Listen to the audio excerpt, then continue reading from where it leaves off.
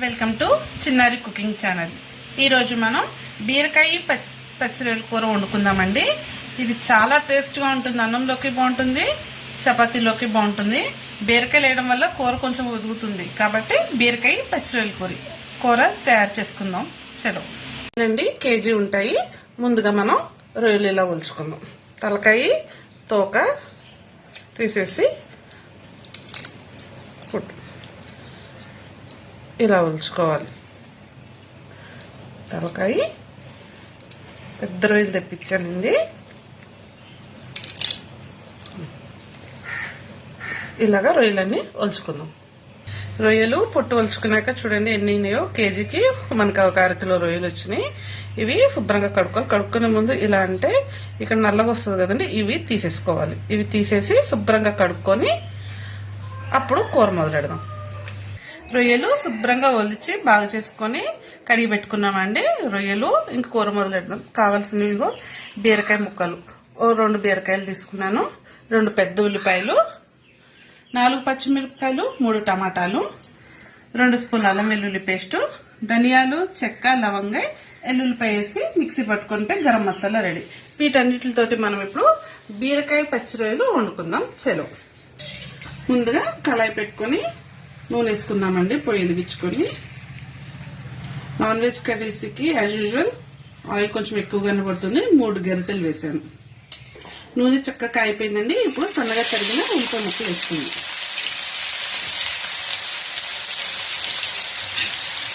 వేసుకుని ఒకసారి కలగించుకుంది.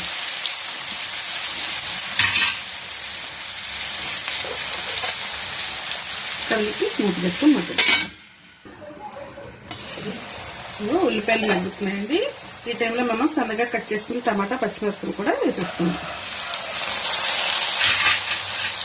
వేసుకొని ఒకసారి కలిపి టమాటాలు మగ్గబెట్టుకుందాం. మళ్ళీ మూత పెట్టి టమాటాలు మగ్గనిద్దాం. టమాటాలు కూడా మగ్గిపోతున్నాయండి. ఈ టైంలో శుభ్రంగా కడిగిన రొయ్యలు వేసేసుకుందాం.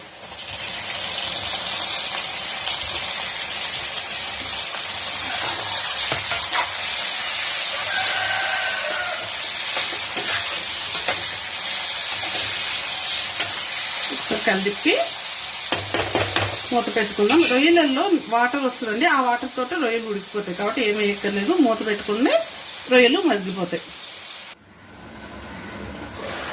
చూడండి, రొయ్యల్లోంచి చక్కగా నీరు వచ్చేసింది. ఈ నీటితోటే ఉడికిపోతాయి రొయ్యలన్నీ. ఒకసారి కలుపుకొని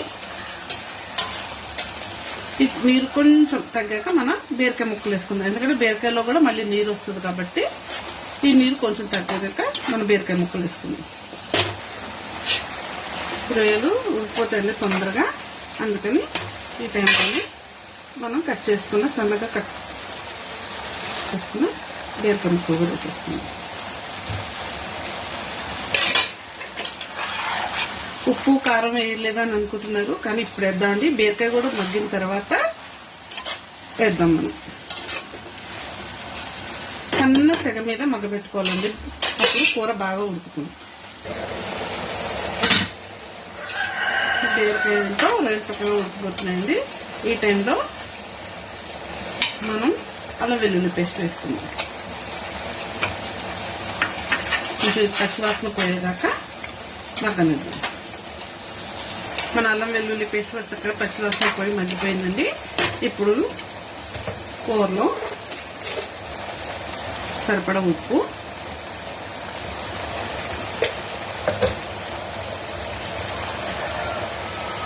సరిపడా పసుపు,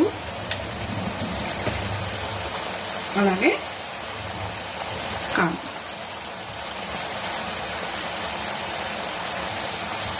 వేసి అన్ని కలిసేలాగా చక్కగా కలుపుకుందాం.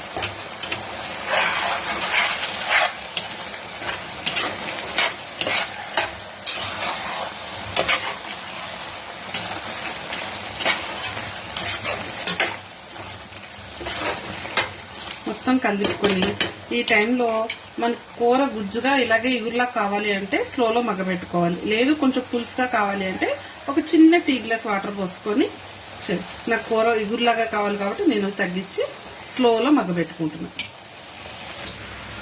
చూడండి, మనం చుక్క నీటి పైన ఎంత వాటర్ ఉందో.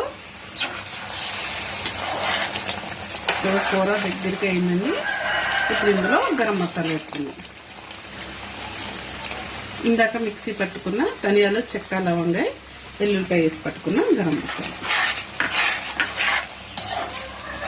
గరం మసాలా వేసి బాగా కలిపుకొని ఒక్క 5 నిమిషాలు దగ్గరికి వండుకుంటే కూర దగ్గర పడుతుంది.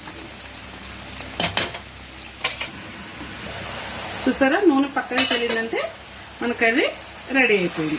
బీరకాయ పచ్చి రొయ్యల కూర రెడీ అయిపోయింది. కొత్తిమీర ఉంటే జల్లి కట్టేసుకోవచ్చు. మన దగ్గర కొత్తిమీర అవకాశం లేదు కాబట్టి కూర రెడీ. ఇవన్నీ మన బీరకాయ కూర రెడీ అయిపోయింది. దీన్ని గిన్నెలోకి తీసుకొని సర్వ్ చేసుకోండి.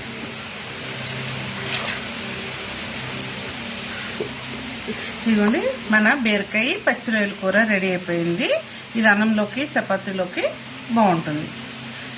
నా కూర కనుక మీకు నచ్చితే సబ్స్క్రైబ్ చేసుకోండి అండ్ లైక్ చేయండి.